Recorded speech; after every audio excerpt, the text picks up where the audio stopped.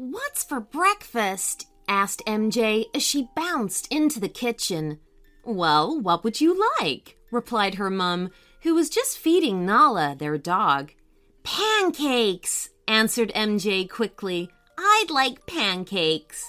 "Coming right up," said MJ's mum, as she began opening cupboards. "Oh my, I don't appear to have anything to make pancakes." MJ was clearly disappointed at the news. "Well, I suppose I can have cereal," she said. Her mum could see the disappointment and quickly came to a decision.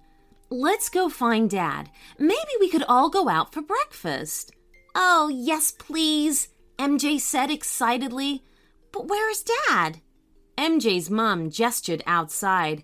"He's out with the new car. He's been having trouble with it since he bought it yesterday. Come on, get your shoes on and we'll go and see."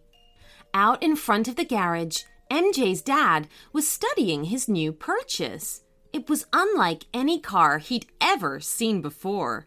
But he did like it. It had a domed roof, and strangest of all, was circular in shape, like a dinner plate or a frisbee. MJ found her dad stood in front of it, scratching his head. "What are you doing, Dad?" she asked.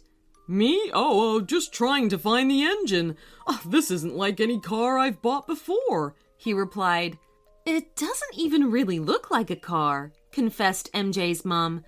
"Yeah," agreed MJ. "It sort of looks like a flying saucer."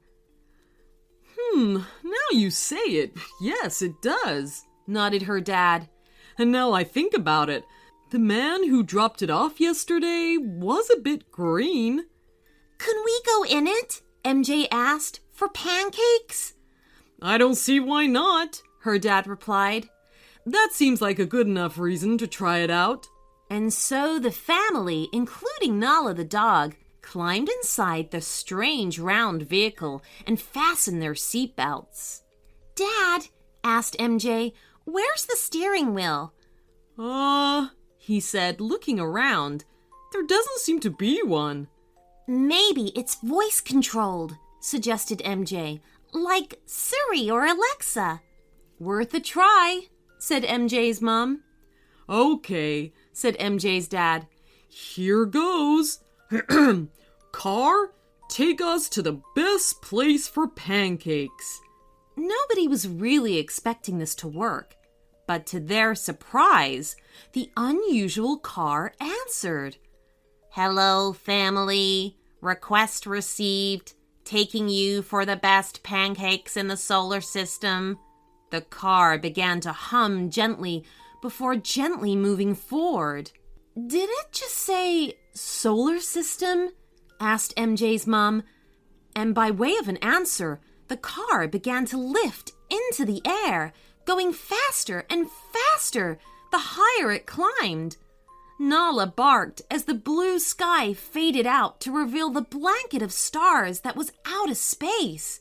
They zoomed past the International Space Station, still picking up speed as they went. "I guess it really is a flying saucer," said MJ's dad. "I really thought it was a new Korean make."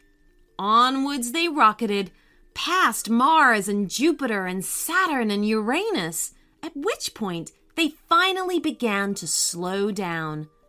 "What planet's that?" asked MJ's mom. "Neptune, I think," replied MJ as they drew near. They swooped down to the cold surface of the planet, where a large dino with flashing neon signs waited before them. "I guess this is the place," said MJ's dad. There were all kinds of strange vehicles in the parking lot outside, rockets and spaceships and saucers, alongside stranger shapes like boxes and eggs. There were even a few unusual creatures, with saddles and harnesses, waiting for their owners to return. "It does look popular," pointed out MJ's mom as they parked up. "Do they allow dogs?" asked MJ as she rubbed Nala's ears. Up ahead, a strange tentacled alien was leading a slug creature on a lead. I don't think Nala's going to be a problem, he replied. As they entered the doors of the diner, they saw it was a large restaurant with plenty of seating. All kinds of weird and wonderful aliens were enjoying bizarre meals. But there were far more familiar shapes in there too. What looked like a yeti was tucking into strawberry-topped waffles, while an ice giant was drinking the largest slushie that MJ had ever seen. The cup was taller than she was.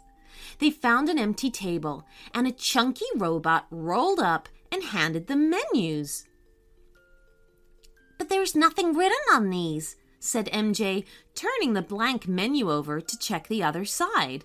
"Please state planet, species, and preferred language," said the robot. Okay, said MJ. "Earth, human, and English, please." "Well done for saying please," said the robot, acknowledging MJ's politeness as the menus flickered to reveal their contents. "Now, what can I get you?" "Maple syrup pancakes, please," MJ asked. "Blueberry pancakes for me, please," said MJ's mom. "And for you, sir?" asked the robot. MJ's dad scratched his chin. "Oh, I don't know. There's so much choice." "May I recommend the ice cream?" said a voice from the table beside them. They looked up to see a woman in a snow-white dress with long silver hair piled on top of her head. "It's the best you'll ever taste anywhere." "Okay," nodded MJ's dad. "I will, thank you. On pancakes, if I may," he said to the robot.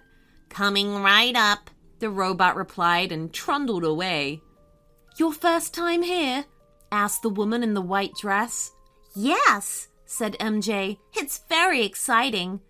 "But a bit cold," pointed out MJ's mom. "That's because we're on Neptune," said the woman. "We're a long way from the sun here, but the food's great. Not many ordinary humans ever get here, but some of the more cold-loving inhabitants of Earth do stop by for a meal or a snack.